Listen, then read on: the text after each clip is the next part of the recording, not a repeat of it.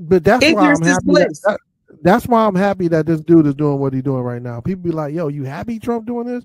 I wish because to promote change, you have to change people's mind. And right now, like Toya, I'm gonna push back on that a little bit because why, as an elected official, do I go looking for people when I'm gonna get Because elected? you should, because you're saying you represent the people.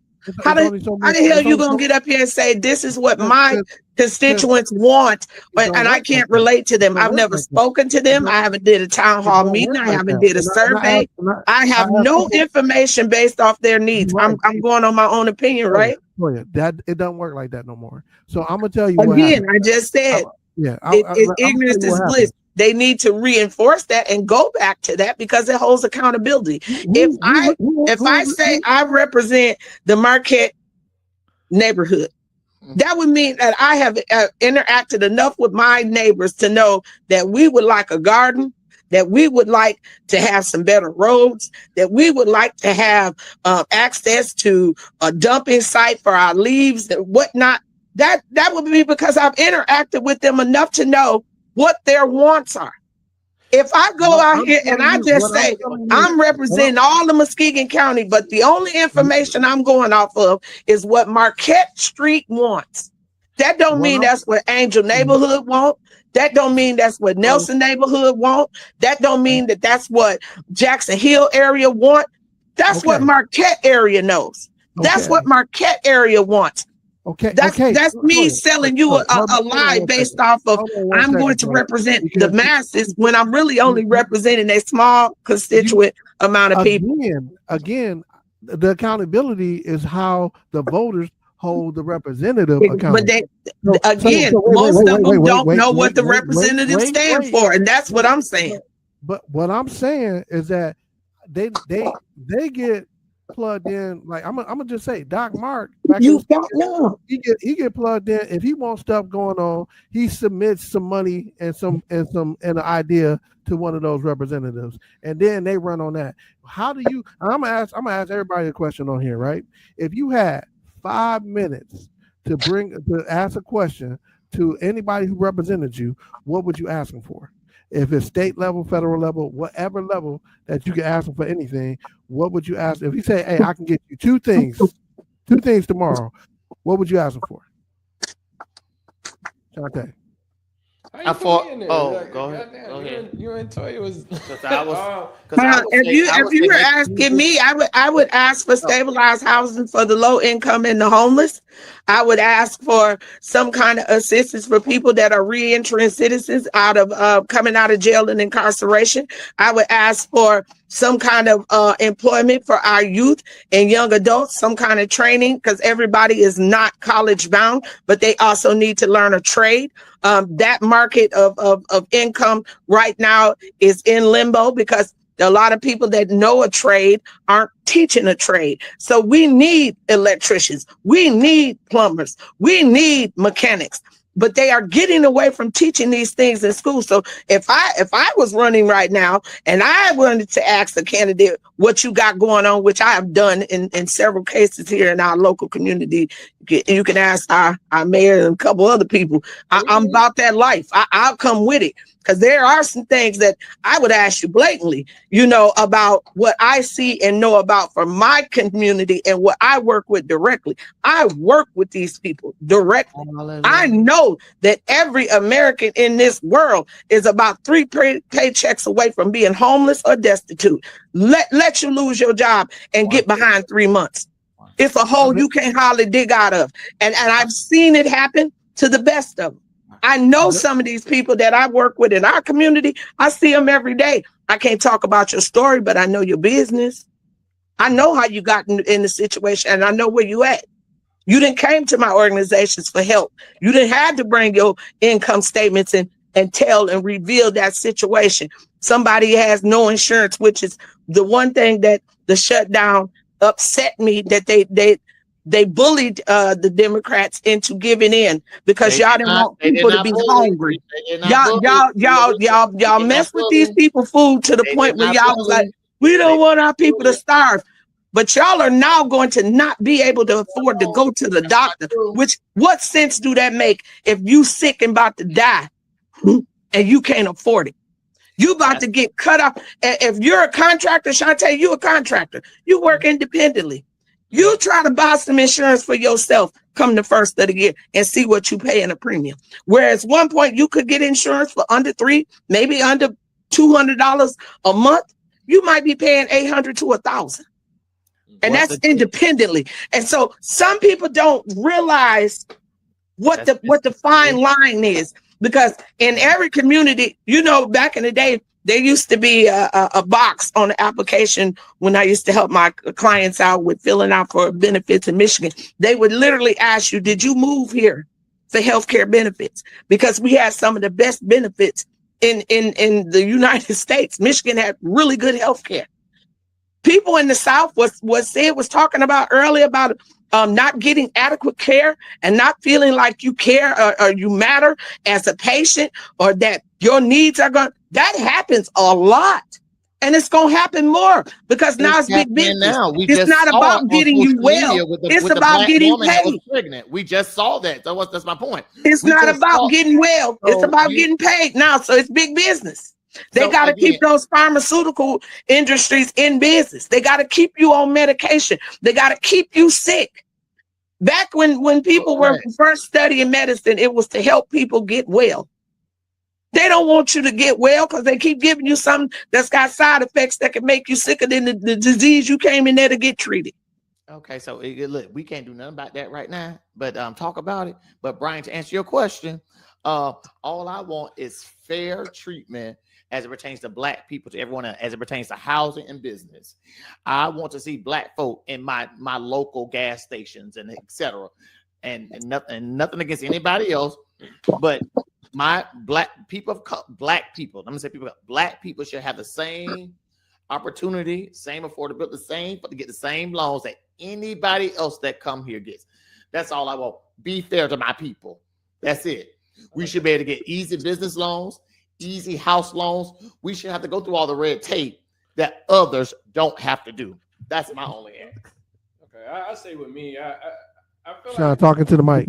Oh, my bad. I feel like older people are being displaced. I think that's like huge in our community, and what I'm starting to notice even around my neighborhood, I'm starting to see more white people jogging, and I'm starting to see it's just weird. I'm like when you start seeing the bike clubs riding through, I'm like, okay, they about to gentrify this area. So I'm always worried about the older folks, because I know even when I moved into my house, there was I'm not to say I took advantage of gentrification, but when I moved into my house was the highest costing house, because what the person did was they bought the house, gutted it out, did all of the things, and then ended up pricing it. And it was work. I mean, I still moved in with equity, but at the same time, the price that I bought the house for, no older person could have bought it. And I'm pretty sure Miss Sheila across the street ain't paying what I'm paying. You know what I'm saying? So, but I feel like, they call me maybe 3 or 4 times a week. Like, hey, you ready to sell your house? Da, da, da. And I really see it Black, our older folks. And some of the problem is, say for instance, a house across the street from me, been empty for 5 years. I've been asking the owners, I'm like, hey, I will buy it from you. Because I was, considering moving my mom down here. Like, my mom can't stay with me, but she can stay across the street. I don't give a shit. What's up? But they don't want to sell it. No. But they want to hold put an ADU in the back in it. So I see both sides of it. It's like, well, gentrification is huge, but when you have a house, I've been living in my house for over 5 years. No one has lived in that house for 5 years. I see house need treatment. People are dumping over there. The roof is leaking, and it almost, not to say it does lessen the value of, because you're looking at comps when you're looking at the houses in your neighborhood. But at the same time, I was like, I would buy it, do all of the things, and then put my mom in it. So it's just, I see it both. I see it both ways, but that's literally one of the major things that I will focus on is displaced older folks. So. What about you, Brian? Your questions has been answered. Oh man, so I would definitely ask for this question, since it's one of my questions. I like Toya really. I want a real way forward with education. I want education to be more dynamic than what it is right now. I think like my thing with education is y'all just teaching as a process instead of teaching to learn, right? It's a little bit different than what it was when we was going to school, because like it seemed like we could apply things, but we need to change how schools is funded. I don't think that the way that it's funded right now, being on property tax, like the bad neighborhoods where my people live at, they'll always have the worst schools. So let's tackle that. Let's tackle the nutrition. Like, hey, if you give me two, let's tackle nutrition. I'm not necessarily for SNAP benefits. I'm for getting people better food, right? And if you go and you go and give them money and all they buy is food that get them sicker, then how do we fix that? So let's do nutrition. Let's do well-being more. And what I learned in my training is that policy can change a lot. Like policy changing the environment changed a lot. In Muskegon, Michigan, they building a whole lot of they filling in these houses, right? All these houses that was old, or the lots that used to be next to people's houses, they filling them in. But they filling them in to work for value, right? And it's not necessarily our value that they filling it in for. It's for they want to bring more people here to replace the people that's already been here, right? So don't replace us. Find a way where we can put it back together. I still think Toya wrong on the AI thing. I don't think AI is going to take anybody's job. I think. Oh yeah, it is.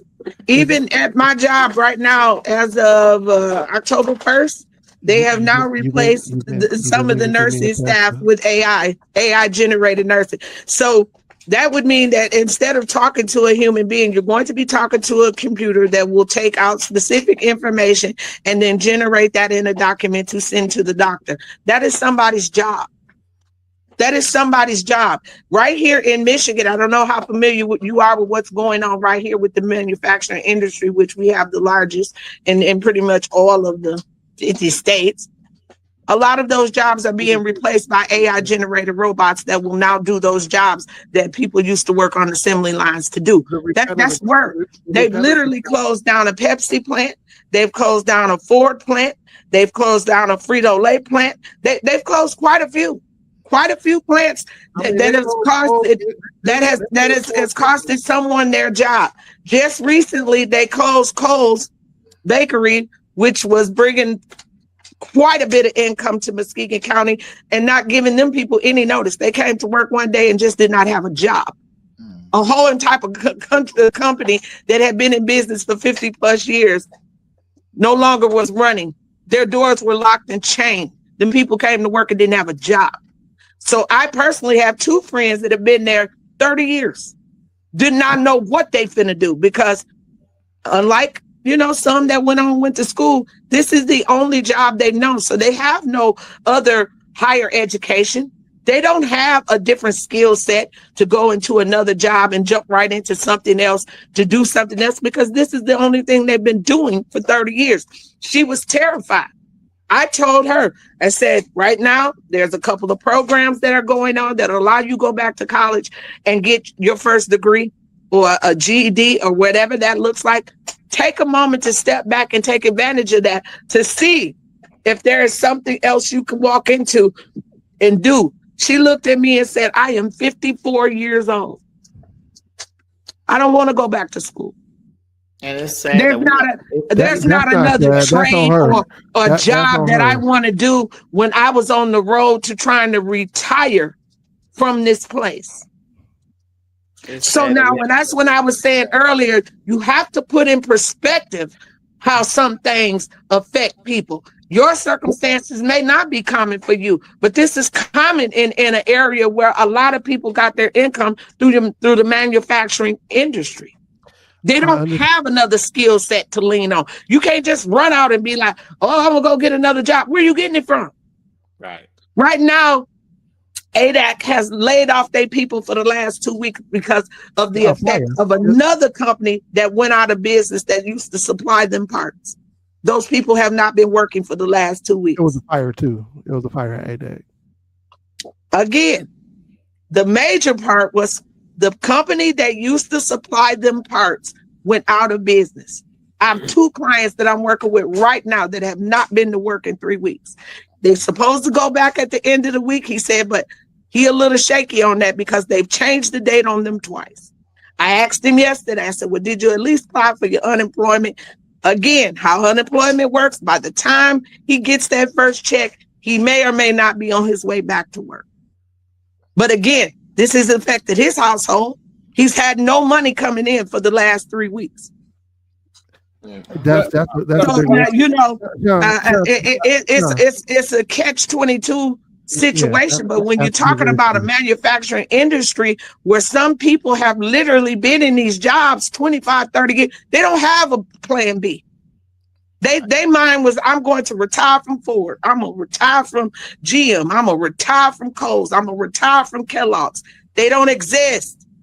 I mean, so I mean, you brought up a great point, right? Are you willing to pivot or are you not willing to pivot?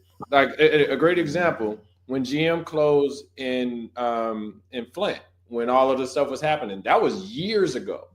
You know, it's either they chose to pivot and get another opportunity or not get anything. But how, like, because when you said that, hey, I'm 54, I don't know how, like, is that the fault? I mean, because no job. It's the fault of nobody, because some people can be complacent. Just because I like working in a certain industry, this person might have really enjoyed what they do. They had no intention on shaking up their life. She's been there since she came out of high school. She don't know nothing else but this type of work, and she was fine with it. I cannot impose my point of view and say, you should go back to school and learn another trade. I put an opportunity out there for her. I suggested something for her. Is she now going to coming to me and getting help from Health West to deal with depression and anxiety? Because right now she is so lost with what she's going to do next, because these people also have mortgages. They have cars. They no longer have insurance. Some of those people probably have some underlying or health issues that they don't talk about. How do you support that? When I have income, and to be quite frank, people that worked at Kohl's made really good money. Some of them was making $25, $30 an hour. Here in Michigan, that's decent money. Toya, what you're talking about is a chain reaction, right? What you're talking about is a chain reaction. What I'm talking about is everybody's circumstance isn't the same. And just because you have the ability to pivot, not everybody has that or wants to do that. They're going to have to do something. Have to and wanting to is two different things. It'd be one thing if you got notice and said there's a potential for this plant to be closing in the next 6 months. That didn't happen. They came to work on a Monday morning, and some of them people found out on Facebook. Like, we were literally watching the post come in. One girl says, I went to work and found out I didn't have a job. The people she worked with are in the comments like, huh? What? What are you talking about? Now folks is calling Kohl's. It's on the news by 12. This happened not even 2 months ago. They went to work and there were chains on the door. So if you are going to work every day and you're going somewhere and you have no plans to change your life, don't do that though, Toya, because hold on a second, Brian. Hold on. I don't understand where you would assume that that's just possible for somebody to do. Look, I went to work July or June 30th and found out I didn't have a job at 10 a.m. But I chose to pivot. I feel like you choose what you choose, and you're young enough to do that. Somebody at 54 with a mortgage and a lifestyle that they're used to, that did not have a plan, did not think to want to do that, has never went to higher education, does not have a degree in anything, and was happy with what they were doing. You're going to tell them to go find another bakery to work at. What bakery? That's my choice. That's not by design, though, is what I'm saying. Like, when you choose a path, you have to accept the consequences hey, look, I don't depend on no job. Like, if a job comes to me and they say, this is you have the educational background and the means to pivot and do that. Some people don't. I literally log into a computer. I'm working at 9:30 and 10 o'clock. All my credentials are gone. But Chante, let me explain this to you, because like Kohl's as a whole have been sold twice in 6 months, so they had to know something was going on. They didn't. It literally was reported that's the way it went down. It wasn't like they got a heads up. They didn't get a heads up. But I know some of the people that work there. And me too. Like, yeah, we should have known that something was going on. We should have known something was going on because they didn't sold them. Should have and didn't. That's just like the food chain. Sometimes people would say, and I've worked in management for a long time. They'd be like, well, how come we didn't know this? And how come? Because you on a need to know basis. The cleaner of the bathroom ain't gonna know what the executive know. Why? Because we in spaces and places you're not in. Now, some of them executives probably had heard some rumblings. I used to tell people all the time, pay attention to who leaves. If you get a new CEO, a new CFO, a new president, or whatever, pay attention to that, because those people are in spaces and places and meetings that you're not going to be in. And if they're leaving and jumping ship, they want to get out while the getting is good. They want to get out while I can still put this on my resume that I ran Health West. We've had 3 CEOs. Do I think they're on the cusp of a major change? Absolutely, because we're federally funded. So now if this Medicaid goes in and these insurance premiums go up, we're going to lose a whole lot of clients because they're not going to be able to afford to pay for services. They're not going to be able to afford to pay for aftercare, for therapy, for injections, for their mental well-being. We are all very nervous about the status of how, because we know most of our clients are low income, have no income, are homeless or disabled. They've cut the veterans program. They've cut the housing funding money. Who is that? So now, who is that? This is at Health West. But again, this is government funded money. So they have no money to run these programs. Section 8 in Muskegon County closed their books for an entire year where they weren't adding anybody to the list. This is when I was running the housing department. We dissolved our organization, which was the only organization that ran the entire Muskegon County housing opportunities where we place people, and it does not exist.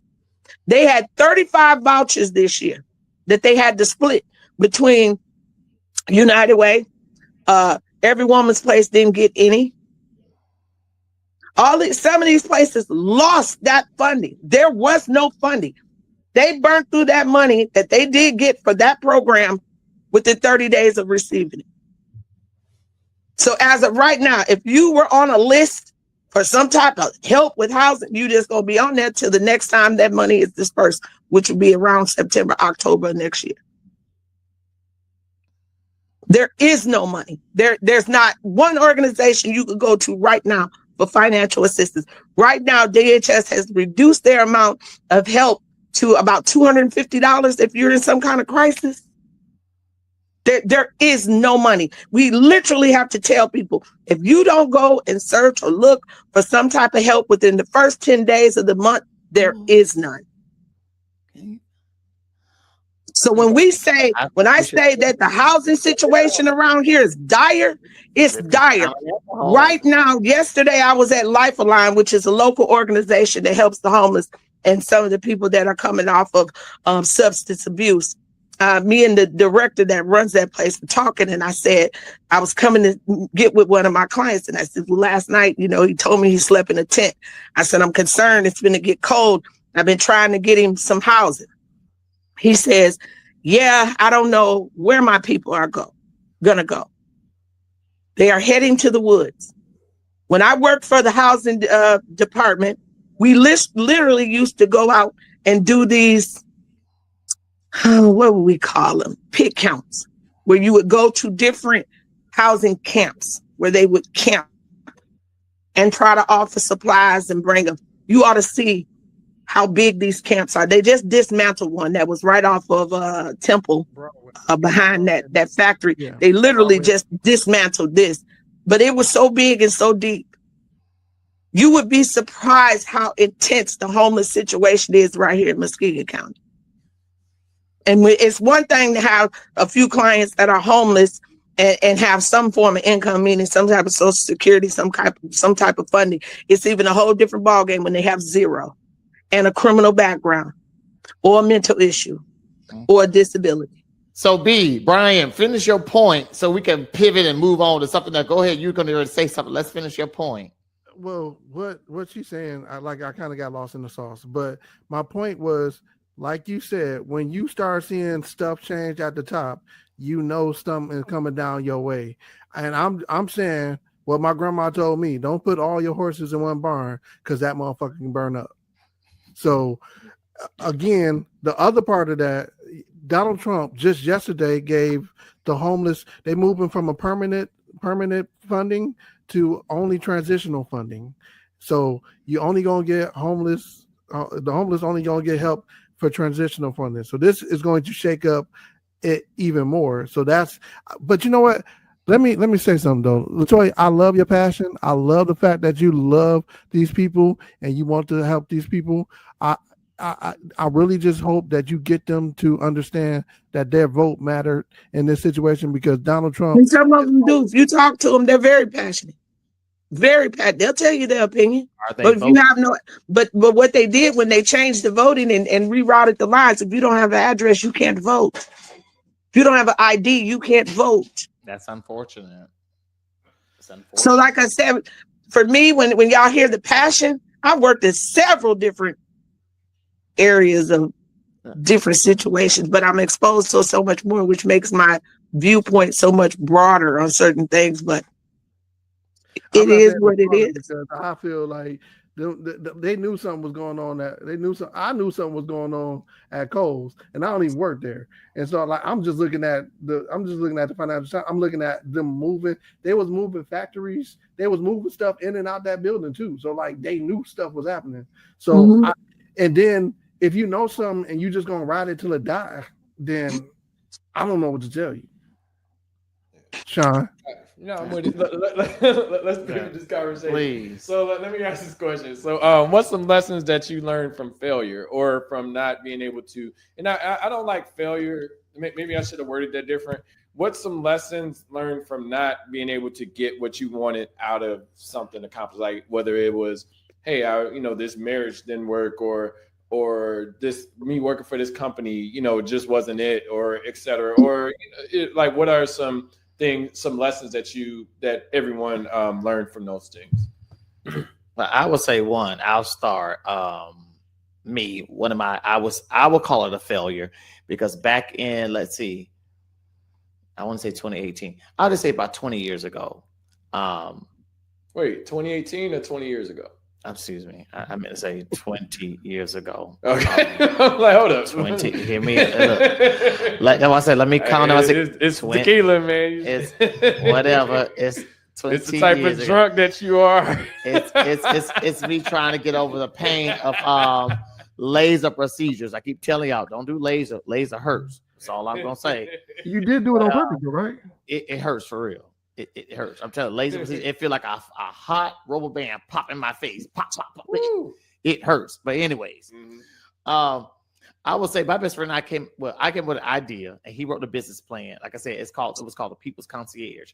And what the People's Concierge consists of was delivering goods, grocery, liquor, etc. to folks' home 20 years ago, before Uber Eats, all of that. I didn't have the resources. I didn't have the people, but I had the idea. And now you see Uber Eats, all this stuff, DoorDash, doing what I had already came with 20 years ago. And so to me, it's like I beat myself up all the time when I see how successful these businesses are, because we had this idea 20 something years ago. I still have the business plan, but I didn't have the resources. Okay. I would say, lesson learned from me, it was probably going back to college. And I think it was more so kind of the perseverance of it, because like I said, I didn't always have, I don't have money now. I'm all right money wise, but I went through the whole idea of, well, you don't have the money, so you can't go. And I never been, because like financial aid ran out and all that stuff. And it took me probably about a year and a half, almost 2 years to get all of my education correct while I'm at East Lansing and stuff like that, which ended up delaying me graduating. But that's one of the things that sticks out for me as far as like I learned the idea of perseverance, because my last thing was I'm not returning home. And it's not because it's Muskegon. It's not because it's I was like, I felt like, you know, I had outgrew, and I started to know more and more as I was in school or traveling, things like that. And I'm like, I don't want to put myself in a position where I'm not growing. And I felt like I wasn't going to grow at that time returning back home. So awesome. Yeah. What about you, Brian? Oh man, I fail every day. Like, and when I say fail, like I want to be on my Michael Jordan stuff. Like, I feel like my business is failing right now, because like people romanticize small businesses, stuff like that. But I'll tell you, when people depend on you, and like I got contractors, I got my kids working for me, and I got other people working for me, and me chasing down money, and I'm like, yo, it's got to be a better way to do this. It's got to be. So like me pivoting and saying, okay, instead of working on everybody else's stuff, I am going to take what I know and build, like Sydney said, with the resources, build something that I can bring people to me, and I don't necessarily have to have, because when you're a small business owner, you don't have just one boss. You have a lot of different customers that can be your bosses. Brian, what is it you do? What do you do? So I have a basically a technical support company where we go to, and like I got some contracts with Chase and Huntington, where we go and when they refresh all their computers, we the people that they call to do it. That's in West Michigan. Sometimes we do a little bit further, and then I got a software development company, and then I'm working on this coffee shop in Muskegon Heights. So you're pretty much techie type. Yes. Tech stuff. Okay, well, again, we need to connect, because again, we can. This is the beauty of us learning each other, because you don't know who knows who or what does. That's the thing. You saying your business. That's why you got to connect with others, because you don't know how we can get you connected with others. Coffee shop type stuff. Yes, connect, because you need to bring one to Atlanta. All right, you black owned, and guess what? We support black owned businesses. All right, come on, Toya. What's up? Toya, what's yours? I don't know. I'm like Brian. You have a failure every day. I take them as lessons learned. Something I want to do and it don't go right, I beat myself up for it, because I'm somewhat of a perfectionist when it comes to certain things. So I sometimes feel like I failed at motherhood. I failed at being a better daughter. I've failed at being a better sister. I've failed at being a better employee or even a better friend. So there are so many different areas where I feel like I can always improve. One is the biggest is I don't really call people. I don't talk to people. I don't reach out. And some of my best friends will be like, man, I ain't heard from you in 3 or 4 months. And it ain't that I don't love you or that I don't care about you. It's just I don't talk to people. And so I can definitely do better as being a friend. you talk to people for work, so that's a total different thing, though, right? You're talking to people for work and then coming home and talking to other people. And in Muskegon, I'm gonna tell y'all, I don't know what it is about Muskegon, but when first thing you could talk to people, all they do is tell you the bad news first. So when would we get to the point that we're intentional? You're saying, okay, I don't talk to people. Okay, when are you going to start doing it? We going to put progress that she was doing, which is good, right? But I'll say this: one of the I learned, and this was like 2 weeks. Talking to the mic. Can you hear me? You can't hear me? Yeah. Okay. Yeah. It's mic right. One of the lessons learned that I like, and I didn't mention this, but Brian knows directly, and I've actually talked to everybody about it, but it was literally a job that I applied for, got the job, tried to negotiate, got most of the negotiations in. They refused one thing. They didn't counter, pulled the job, rescinded the job. That happened on a Monday. I was like, okay, cool. I'm down a little bit because, I can use the income. But granted, I did an interview on Tuesday. Did great in the interview.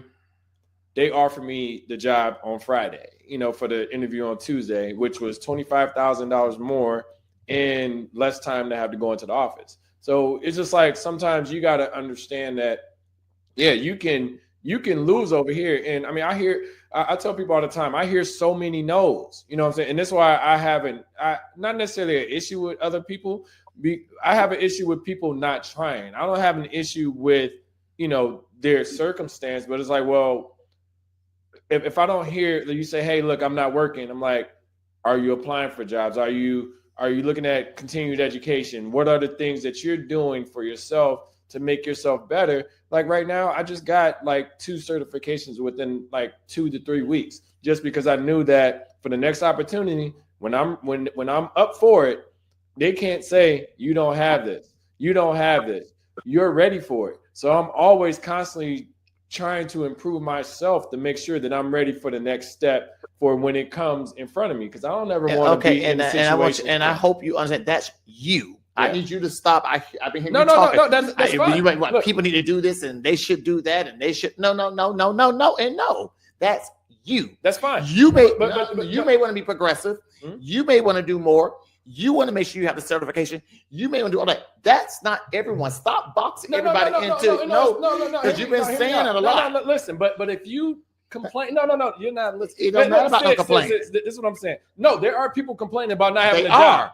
But they still don't have the tenacity. They still don't have the drive. They still don't have. They don't have to be mean. Like, that's all I'm saying. Like, yeah, they don't have to be mean. Hey, sometimes, if I'm talking to you, Sid, and you like, hey, look, I ain't got no job. I just got fired from here. Blah blah blah blah blah. First thing I'm gonna be like, what are you doing for your next opportunity? That doesn't have to do with Sean's tenacity. That has to do with what you're doing for yourself. And again, if you ask that question, I may not need you to tell me that right now.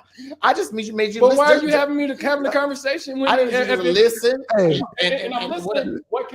People are coming to me asking me what can I talking to the mic. I'm not disagreeing. I'm not disagreeing with what I'm saying to you. Is I hear you. Mm-hmm.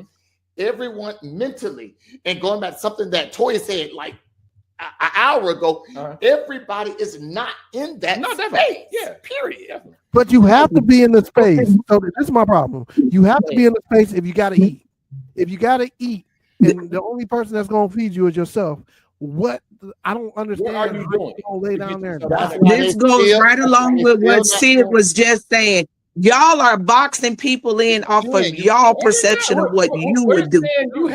That's just not everybody's mindset. I can't think like Brian and go, well, I should be thinking about my next meal. Well, what if I'm not thinking about my next meal?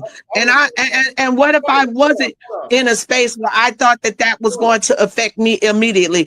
And agree again to what he was saying with Sean saying, why you ain't do this and why you ain't do that. Nobody wants to hear that when they're in the moment of crisis, because the way I process stuff may not be the way you process something. This might have been traumatic for me. That might have been a real shocker. To now I'm thinking to myself, how do I continue to pay my child's tuition? How do I continue to pay the tuition along with my mortgage and my car note? How do I find a job that's comparable to what I was making as far as in benefits and in money? Everybody don't want to hear what your perception of what you think they should be doing. And he is absolutely right. I've heard both of y'all kind of say that y'all boxing it into y'all personal opinions of what y'all think somebody should be doing. Everybody doesn't think like that. Just like everybody don't learn the same. I could tell somebody right now, you should probably go back to training. I may not know that they have a learning disability that they've never shared with anybody, that they literally cannot learn in the same way. So reading, studying, or doing those type of things may be difficult for me. Don't mean that you can't show me how to do something and I can learn it. But me sitting here and studying and doing homework at 54 when I had ADHD or a learning disability, or I could barely read at the time when I was in school. No, I don't want to revisit that trauma. No, I don't want to be in a space where I have to go back into the environment where I am uncomfortable, which makes it difficult for me to learn. So I 100% agree with what Sid said. I have heard both of y'all kind of box things in to what y'all opinion of what people should be doing. You're not listening because you're literally boxing yourself in. Nah, I was agreeing with what he said. I don't want to have this trauma. You're boxing someone in to say I'm only. I did not. I said, what if? What if that was something they did not want to revisit or even want to discuss? Just because you told somebody, well, why are you not looking for another job? How you know that they didn't get that one on a hookup? How you know? Because there's a lot of things people don't tell you. They tell you what they want you to know. I may not have told you that I struggle with reading or that I struggle with math. If reading, then you got to figure out the job that you can work. No. You're saying you got to figure it out. No, I don't have to figure it out when I already had it figured out. I had a job for 30 years. If you're going to put those questions, show me. And I have. Show me how to do my resume. Brian has a whole ass program showing people how to get further within tech. I don't know nothing about Brian. I don't know. Let me finish, please. That's fine. Had he told me that, then he'd be like, you should do this. I don't know how. Show me how. And that's where you're gonna listen. Thank you. Go ahead. Then that's when you say, Sid, I got a friend on my cut, Brian, that can show you yada, yada, yada, yada. Let me connect you with him. That's how that works. It ain't that, well, you should know this, or if you don't, well, maybe you need to do this. Help me. I may not know. I could have been stripping or an exotic dancer all my life. That's all I know. I got a little piece of job here and there, but I don't have the skills that you have. So when you come to me and say, well, maybe, tell me, show me, but listen, help me out. Hear what I'm saying? Talking to the mic. No. Talking to the mic. What I'm saying is, talking to the mic. Hold on a second, Brian. You're boxing Brian and me. No. You missed it. Let me finish. That was an example. Let me finish. Okay, because no, I'm not boxing you in. No, she literally said we're boxing in the thought process. We're like, we know what to do. If you're coming to me and say, hey, I want to get into tech. Hey, I want to learn these things. I am willing to show you and have shown. I have purchased people's certifications. But that's not your conversation. That's not what you're saying now. That's not what you're exactly right. That is not the way you framed that. You didn't say that they came to you and asked for help. You said, you thought to yourself, why aren't you? I specifically said, okay, go. Wait. Let Brian jump in. Hold on. Let Brian jump in. Let me just say this. He did not lead with that. He just said, he sure didn't. I agree. Let Brian jump in. Brian hasn't had a chance to say nothing. Go ahead, I specifically said, if you coming to me and you have this problem, then I'm a problem solver. That's what I do. That's the main thing that I do. So if you coming to me with this, I am not trying to baby you. I'm not a nurturer. I'm not that dude. I'm the dude that's trying to get food on your plate. You know what I'm saying? So when you say I'm trying to box somebody in, I'm trying to help you survive, my nigga. Like, who you addressing that to? So we're clear. Toya or myself? Well, in my opinion, that would be called what we call a fixer mentality. And then I would say to that person, be careful who you're talking to, because at some point in time, just because I'm talking to you don't mean I want you to fix it. In that moment, I just might have wanted to have a listening ear. I just wanted to get off my chest that I'm frustrated. I may not have said to you, Brian, how can you help me? Or can you help me? And again, to what Sid said, those questions and the comments that y'all made were not framed in that way. It was, why aren't you? Or why you should be doing this. And my point was, not everybody thinks like that. Not everybody has, again, what he said, the tenacity or the drive or the will. When I used the example of the person that told me that they didn't want to go back to school, I had a program for her. I literally told her that this particular program is out there, it's available, allowing you to do that.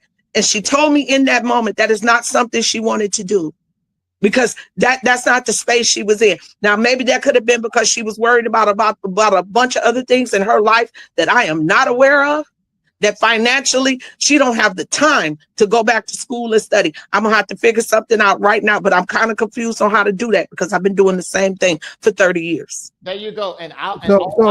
So when I say a fixer mentality, sometimes fixers go into it thinking, how can I fix it? I might not need you to fix it. Right. Just listen. All I was saying to just, and real quick, all I was saying, I wasn't disagreeing what he was saying. All I was saying to him is, if I'm talking to him and I know him, I know Sean, and he's telling me you should this, that, and the other, and he just said, well, Brian has this and other.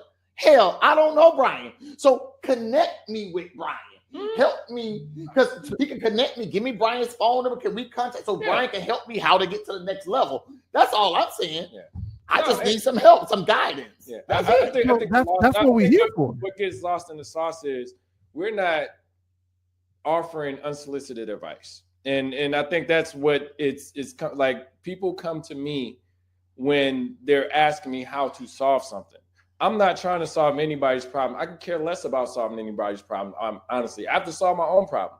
I have debt I have things on my own that I'm trying to figure out. So when someone says, "Hey, how do I get into tech? Hey, I just lost my job. What should I do?" Like, of course, maybe I didn't frame it that way before, but I'm not, and I'm a big proponent of not offering unsolicited advice. I don't want your advice, and I don't want your advice, and I don't want to have to give it to you and you're not asking for it. I'm always trying to listen and trying to figure out like, well, okay, well, I get this from you. You're not giving all the details, but what are you trying to do to be able to remedy the situation? I'm not trying to solve your problem by asking you, how are you trying to solve it? I'm asking you, what are you doing to be able to figure it out? And if you need my help, I'm there for it. However, when we're on a podcast, when we're on video, and we may be speaking to people and they may be listening, and your message is going out boxed in as to this is what I do, and I got certification, I got this.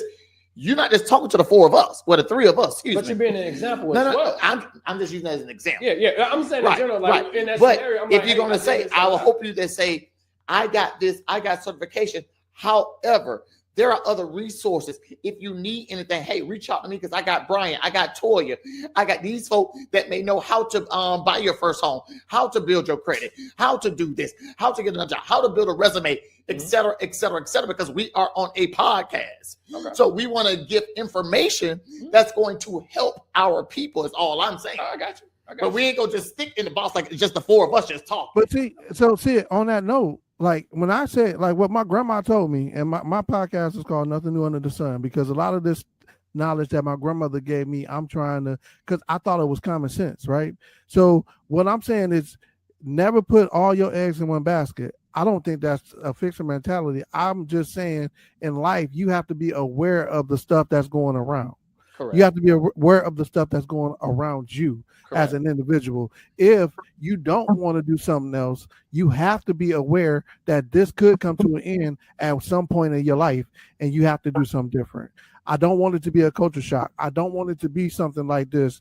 That is part of the game that my grandma gave me, and I hope people get out of this podcast. But on the other note is that we have to close out. So I wanted to give Sean the stage to put some words out there. No doubt. I mean, but let me respond to what he said, and then you close out. To your point, you're right.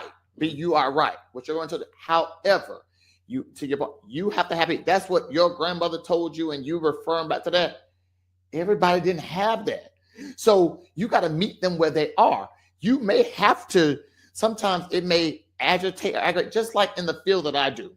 Right, I deal with franchise owners. Most of them do not speak English well. So sometimes it's difficult to get through grown folk to run their business effectively. And I get aggravated at times, but I say, you know what? See, even though I'm aggravated, they just don't know. They're trying. That they don't speak English. They want to do a good job. They want to do well. So again, regardless of, we still got to be out there saying, hey, I'm here to help. Even when we annoyed, frustrated, aggravated, we as Black people got to help our people. You can go ahead and close. Is those your parting words? There you go. No, you go ahead. I'm done. No, go ahead. I'm gonna let Toya jump because we go provide our parting words and then we wrap up. So what's the parting words for this podcast? I would just say be cognitive that the fact that everybody's situation is not the same. I like to think that, some things are common sense, but as Sid just said, some people weren't raised with people with common sense and they trying to figure it out. Some people weren't raised at all. They just out here literally winging it. And so when you keep that in mind, and I travel a lot, And I often say that when I'm traveling, I like to see where the locals go. I like to see what the locals do, because the reality of it is my truth ain't your truth. The way I was raised here in Muskegon may not be the way somebody was raised in California or Atlanta or Texas or something, because what we are exposed to are totally different. When I moved to the South, because I attended the HBCU, I literally had a culture shock, because the way that I viewed the world and thought that it was working got changed and altered immediately when I moved into an area that was predominantly Black, in a poor Black area at that, where there was a lot more they weren't as progressive as I assumed that the world was. So with that being said, I would always employ people to use a broad spectrum in how you think, because your point of view may be one-sided based off of your experiences, what you've seen, your cultural exposure, but that ain't everybody's truth. That's just the reality of it. And everybody's not in the same headspace. I've been trained to be more of a listener. And my what I do in my field is to try to help you figure out how to help yourself and develop a plan for us to get there to help you reach that goal. But some people need encouragement and some people don't. Some people will literally tell you, this is just where I'm at and I'm trying to maintain. And so I would employ everybody to use an open mind. Be open to somebody else's struggle, to somebody else's story, to somebody else's issue, because the way I think, and Lord knows people think that I do think I know everything. That's probably one of my biggest flaws. But I like to think that I know a whole lot about a lot of things, because I will take the time to do the research. And I work in a field where I have to be open to somebody else's point of view without judgment. Okay. Yeah, the president of the United States just a sucker, but go ahead. No, we got less than 5 minutes. Okay, Brian, what's your parting words? My parting words is this: life is what you make it, and life is going to give you what you take from it. So in life, if you choose to not go and get the resources, if you choose to be where you at, then you okay with it. I'm a firm believer in I don't push water one way or the other. The water gonna go and flow whichever way it is. But when it's my water and my drinking fountain that I'm trying to have purified, I'm gonna work with it. Vote your mind and understand what you're voting for, and don't get caught up in all this other stuff. That, like, voting is a really big part of it, but also I'm gonna go down this is a final point that I want to make. You get a D for participating in the election. You get a C for being in the primaries. You get a B for actually going to one of the meetups and knowing what's going on, and you get an A for being involved in government. So take that all with you, and hopefully we can make some real changes with some people that want to do stuff for people of color. Well, I ain't even just gonna say of color. I just want to say people help take care of people. Sean. Okay. What about you, Sid? Oh, I think I've said enough. Far as, again, we need to be able to help our, like I said, Black people. Let me just say it, Black people. How we get there? Let's start there first. We're having Black people get to the next level that may not know, that may be misinformed, that may not have all the information, the tools, the resources, et cetera, et cetera, et cetera. How do we get there? We can sit here and talk about that all day long. If they don't have this, and if they're not doing that, and we can talk about that all day. But what are you doing to help them get to that next level? And that's my frustration when it comes to us that's speaking on these platforms or these podcasts or what have you. Y'all saying a lot. How we get them to that next level, how we move them forward, how we help our people and show love in that way. And with that, I'm done. Cool. All right. Thank you all for attending. We got short on time, but I'll say, hey, if you need help, ask people for help. If you don't want help, if you want to stay in the same position you want to be in, that's cool too. All right, y'all. Thank you all for listening to Let's Talk About It in Reality or Not podcast. Thank you all for attending.